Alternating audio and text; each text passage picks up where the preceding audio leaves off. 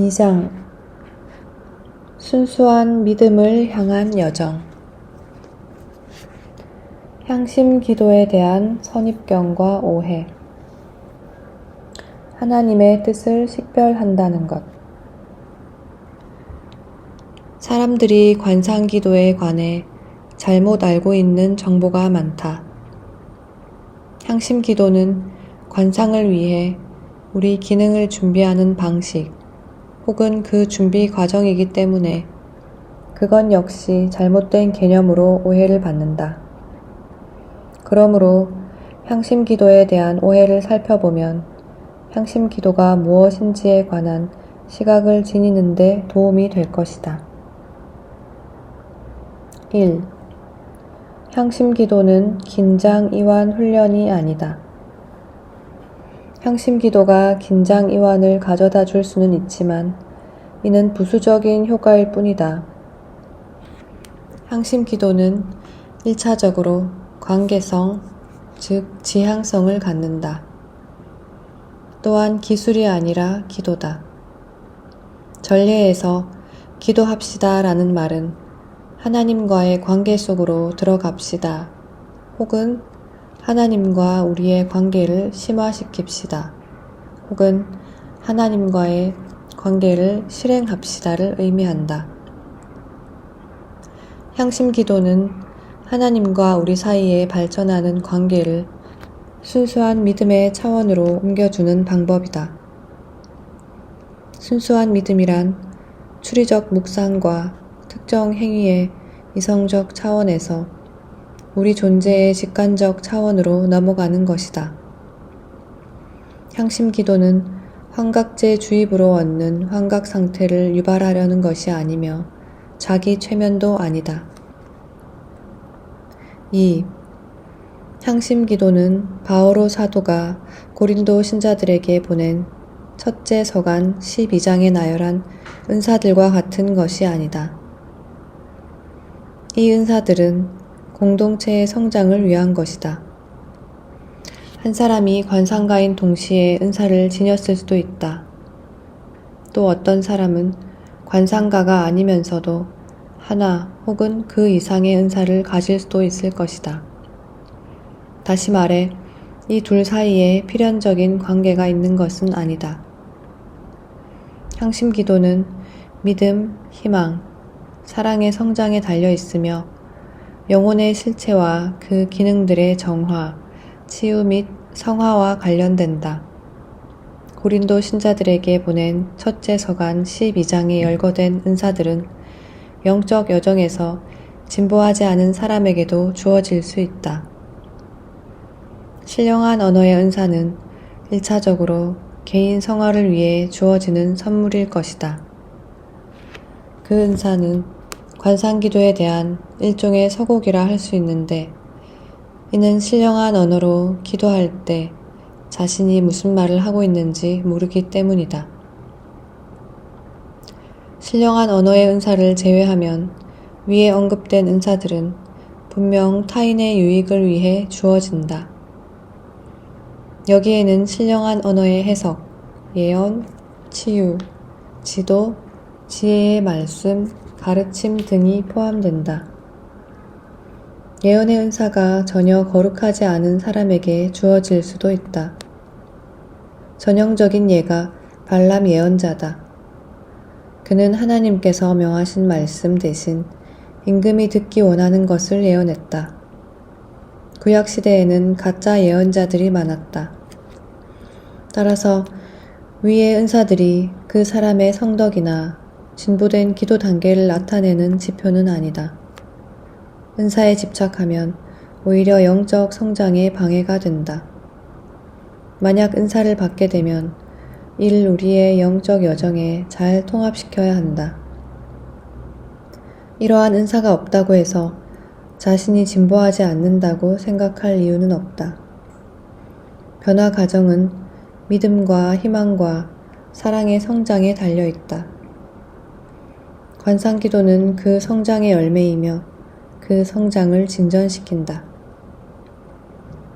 이제 성령 기도 모임이 성령과의 관계 안에서 새로운 차원으로 나아가려면 성령 쇄신 운동에서 관상 기도에 대한 교회의 전통적 가르침이 필요하다. 어떤 모임들은 이미 기도 모임에 침묵 시간을 도입했다. 이런 방식으로 하는 기도는 내적 침묵과 관상 수련 속에 기반을 확립하게 된다. 만일 이러한 발전이 이루어지지 않으려면 그 모임은 침체될 수도 있다. 3. 향심 기도는 초심리 현상이 아니다. 예지, 멀리서 일어나는 사건에 대한 인식, 심박과 호흡 등 신체적 활동의 조절, 유체 이탈, 공중부양이나 기타 비상한 감각적 현상 혹은 심령 현상 등이 아니다. 의식의 심령 차원은 이성적 단계를 넘어선 차원으로 오늘날 인간 발달의 목표점이 바로 이것이다. 어쨌든 심령 현상은 케이크 위에 얹는 장식 크림 같은데 우리는 장식만으로 살아갈 수가 없다. 그러므로 우리는 심령의 능력의 선물을 과대평가하거나 성덕이 비상한 심령 현상에 드러난다고 생각해서는 안 된다. 몇몇 성인들의 삶에서 나타난 공중부양, 말씀, 그리고 여러 가지 시현 등의 현상은 비상한 관심을 불러일으키기도 했다. 예를 들어 예수의 데레사 성녀와 십자가의 요한 성인이 이러한 체험들을 했다. 그리스도교 전통에서는 비상한 선물을 받게 되면 겸손해지기 어렵기 때문에 가능한 이러한 선물을 피하라고 권한다. 그 선물이 특별할수록 그것에서 초연해지기 어려울지도 모른다. 특히 이 선물이 다른 사람들 눈에 잘 뜨일수록 하나님께서 자신에게 특별한 선물을 주셨다는 사실에 은근히 만족을 느끼기가 쉽다. 비상한 생리적 혹은 심령 능력은 인간의 타고난 능력이지만 특정한 훈련을 통해 개발될 수 있다. 그러나 그것들은 성덕이나 하나님과의 관계에 따른 영적 성장과는 아무런 관련이 없다. 그것을 대단한 영적 발달의 표지로 보는 것은 잘못이다. 4. 향심 기도는 신비 현상이 아니다. 신비 현상이라고 하면 하나님의 특별한 은총이 영혼 안에 이루시는 업적인 한에서 육체적 황홀경, 외적 혹은 내적 환시, 밖에서 들려오는 말씀, 상상 속에 들려오거나 사람의 영에 새겨진 말씀 등을 말한다. 가르멜의 산길에서 십자가의 요한 성인은 가장 외적인 것에서 가장 내적인 것에 이르기까지 가능한 모든 영적 현상을 살펴보면서 제자들에게 그 모든 것을 거부하라고 명한다.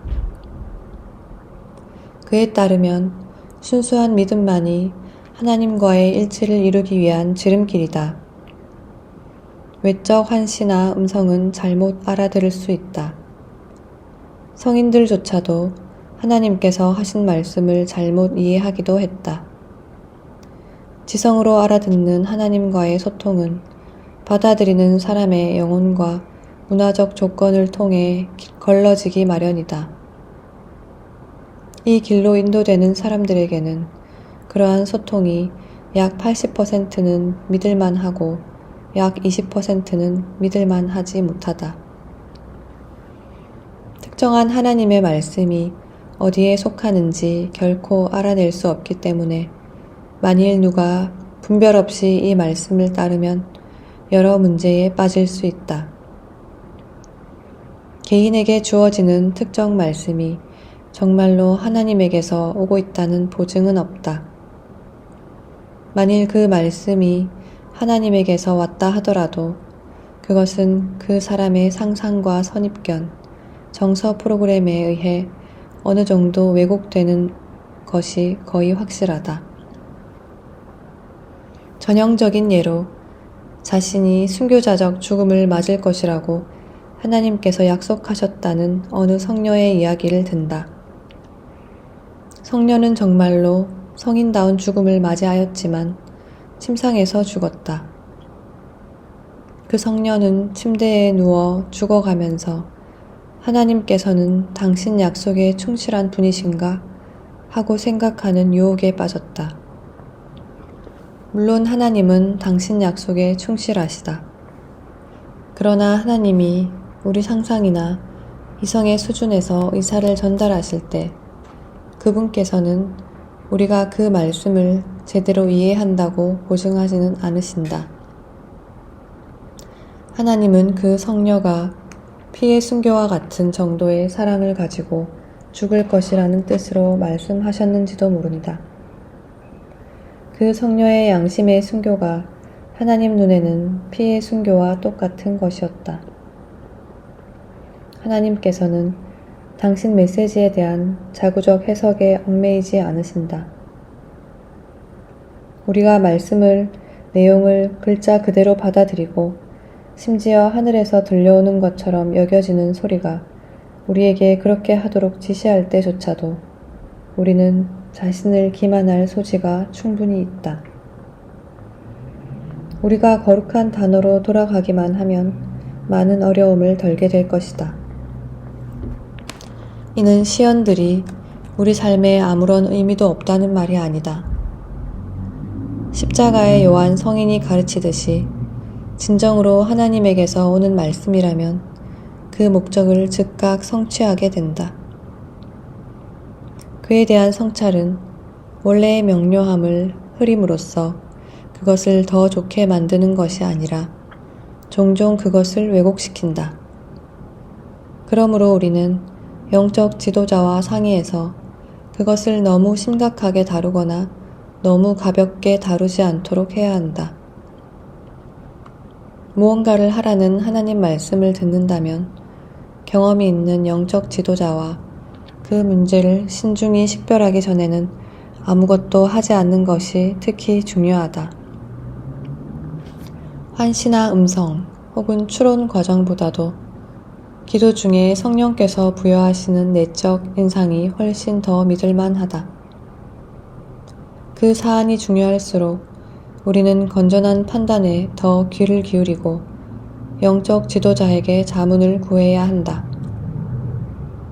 하나님의 뜻을 식별한다는 것이 언제나 쉬운 일은 아니다. 우리는 하나님의 뜻을 나타내는 모든 표지를 관찰한 다음에 결정을 내려야 한다. 하나님의 뜻이 확실한지 알아내기 위해 노력하는 동안 그분 뜻을 알아내는 것을 방해하는 우리 안의 결함이 무엇인지를 더욱 분명하게 깨닫게 된다. 이제 신비적 은총의 문제를 살펴보자.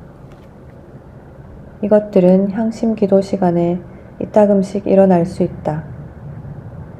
그런데 이 문제가 늘 혹은 매우 자주 일어난다면 십자가의 요한 성인이 이해했듯이 그것들은 향심 기도에서 관상으로 넘어간다는 것을 나타낸다. 신비적 은총이란 우리 기능 안으로 혹은 어두운 밤의 정화 도중에 일어나는 하나님 현존의 부재 속으로 하나님 현존이 흘러 들어오는 것을 말한다. 신비적 기도의 단계에 관해서는 예수의 데레사 성녀와 십자가의 요한 성인이 잘 설명하였다.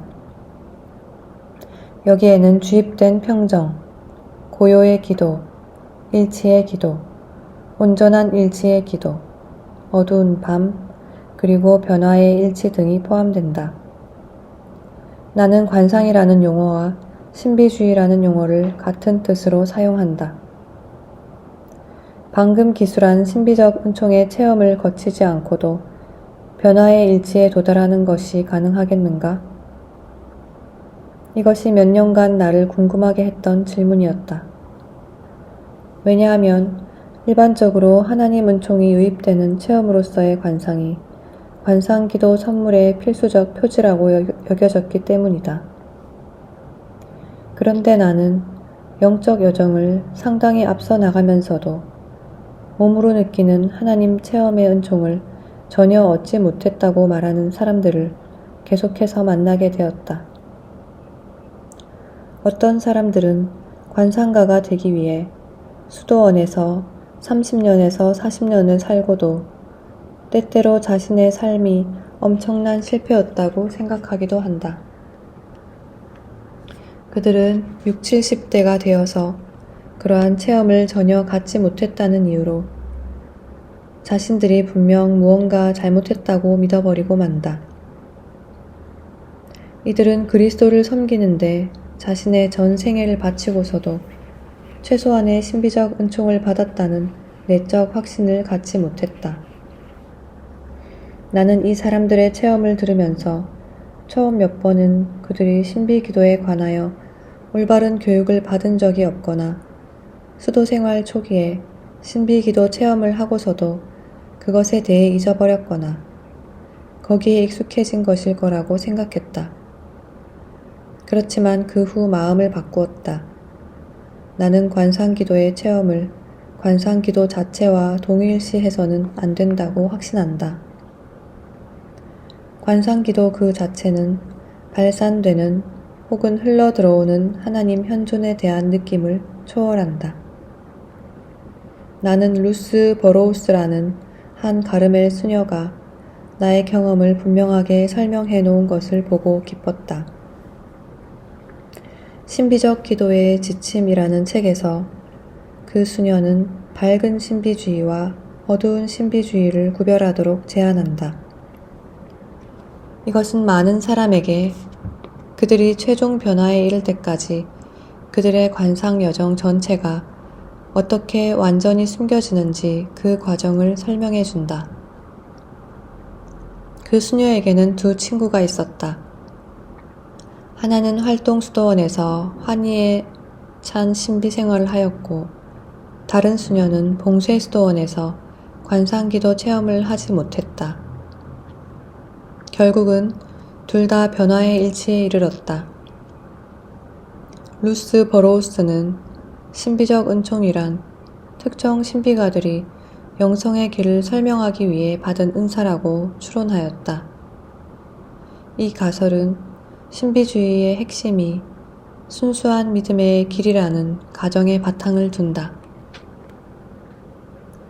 십자가의 요한 성인에 따르면 순수한 믿음이란 영혼을 비추는 어둠의 빛살이다. 인간에게는 그것을 감지할 수 있는 기능이 없다. 인간이 이러한 체험을 하는 것은 자신의 감지 능력에 의한 것이 아니다. 삶에서 맺어지는 열매를 보고 그 존재를 깨달을 수 있을 뿐이다. 하나님께서는 그 같은 어둠의 빛을 전혀 의식하지 못하면서도 기도에 충실한 사람에게 그 빛을 비춰주실 수 있다. 어쨌든 나의 경험으로는 가장 환희적인 신비 생활을 하는 사람들은 대개 결혼을 했거나 활동적인 직무에 종사하는 사람들이다. 관상기도의 핵심은 무엇인가? 순수한 믿음의 길이다. 그 외에는 아무것도 아니다. 당신이 그 사실을 꼭 느낄 필요는 없지만 그것에 다가가기 위해서는 자신을 준비시켜야 한다. 향심 기도 수련이 그렇게 하는 한 가지 방법이다.